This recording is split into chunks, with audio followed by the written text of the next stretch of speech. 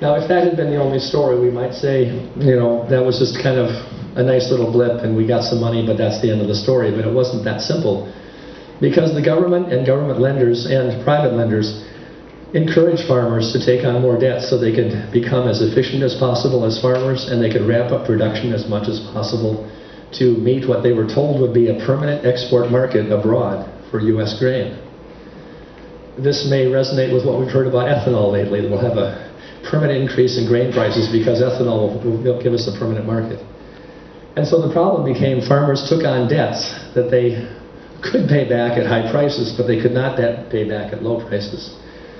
And as many of you probably lived through and know very well, even better than I do, this credit problem actually led directly to what we would call the farm credit crisis of 1983-85, when we had bankruptcies and foreclosures and a lot of real difficulty in farm country because farmers realized they could not pay the debts they'd taken on the assumption these global markets would last forever. The dilemma now was that if we look in this history, we say the 2 good years we had in this region led directly to decline, and the losses we've had in recent years are even worse than we had in those farm crisis days. This story may remind you of a housing crisis we're in right now, where we actually asked low-income borrowers to borrow money for loans they could not afford to keep cash flow for banks. And this is again a sign of why we want to know about the farm economy, because if we forget these stories, we make the same mistakes in our housing market that we made in the farm economy. So the way I characterize this story is that in the last 39 years that this chart shows, I guess 38 years for this chart, there's not a single year where you would say agriculture grew effectively into a better system, a more rewarding system for farmers. There's even the good years turned out to have a black shadow in them. And the losses look pretty severe when you look at this closely. In fact, there's only been 5 positive years for these farmers in the Hood River area since 1983. And in the last 30 years, last 30 years, I think it was $600 million have been spent by farmers producing crops and livestock than they got from the market. So this is one part of the sobering news I promised you, I think. To say the same story in words instead of numbers.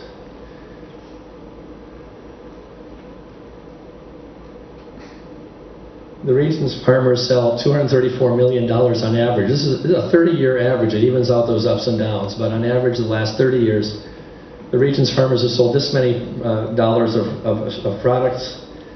However, it's cost them $254 million to produce those products. On average, then, they are losing $20 million each year as a region as they farm.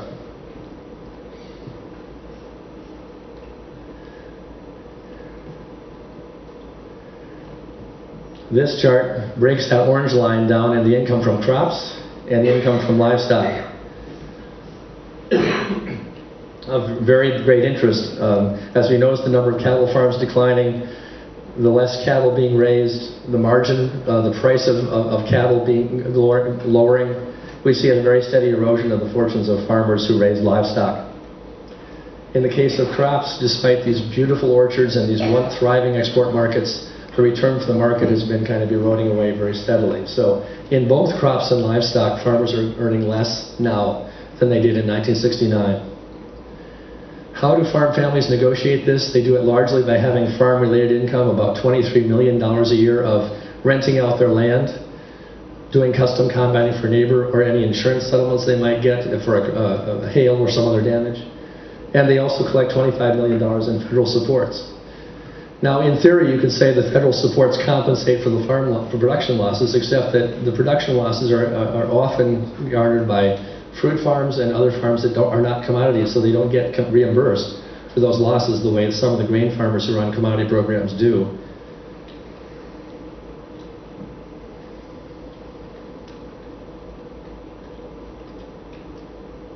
In fact, even after subsidies are taken into account, the federal census reported that 56 of the farmers in the region reported a net loss in 2002.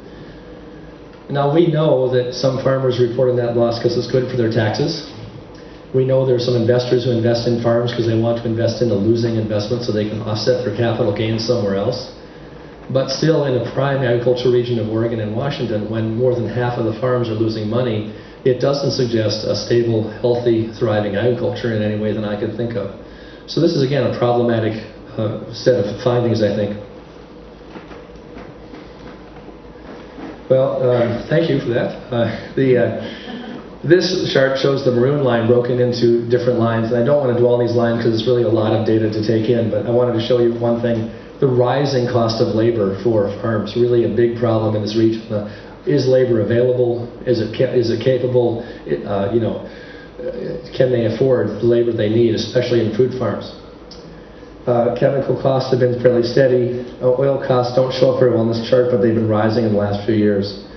The yellow line is feed costs, and that shows that as the number of animals leaves, the amount spent on feed has been declining. But I'd really like to turn you away from these lines and just ask a different question, which is, how many of these farm inputs are actually sourced inside the gorge-grown area, the 5-county area we're describing? How much of the chemicals are produced in that region? Almost none. How much of the oil comes in that region? Almost none. How much of the labor money gets recycled to the region as workers spend in that region? Not too much. And so we have another question here, which is, how are farmers spending their money, and where does their money that they're spending go? And as you may have seen before,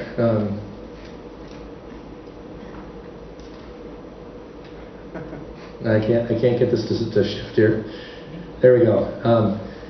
I'm estimating, and I think this is a very cautious, conservative estimate, that $90 million is spent by farmers each year buying inputs from outside the region so they can farm at a loss.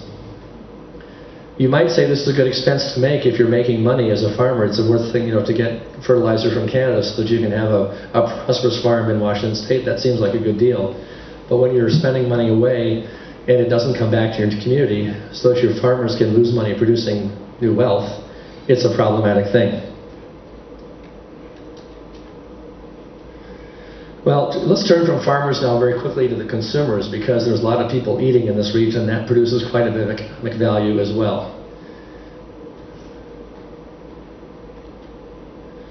What was interesting in this study was that we found that the gorge-grown consumers are spending $205 million a year buying food, almost $200 million of that from outside of the region. So now we have a bigger flow of money as people eat food that they cannot buy from local farms, because as we know, 94% income in Hood River County is fruit income, and most of that is exported abroad. It's not feeding people who live right there. In fact, the Leopold Center has calculated that the average food item in the United States travels 1,500 miles between the producer and the consumer. So hogs that are raised in my home state of Minnesota often are sent to Missouri for processing and come back in cardboard boxes with a lot of shipping time in between. And that makes me less certain how secure my food supply is, how much I will be able to eat meats that are shipped at long distances as the price of oil goes up, or as oil becomes totally unavailable. It presents some problems for me as an eater trying to have the best life I can have. In fact, the United States now spends 17% of all the dollars we spend on energy to support our food system. We are so stretched out and so much assume that we can ship products overnight great distances from California to here, or from Mexico and Chile to Minnesota, what have you, that a phenomenal amount of energy is spent. $139 billion a year we spend for fossil fuels largely so that we can eat. And that makes me wonder what happens when the fossil fuels are no longer there or no longer affordable.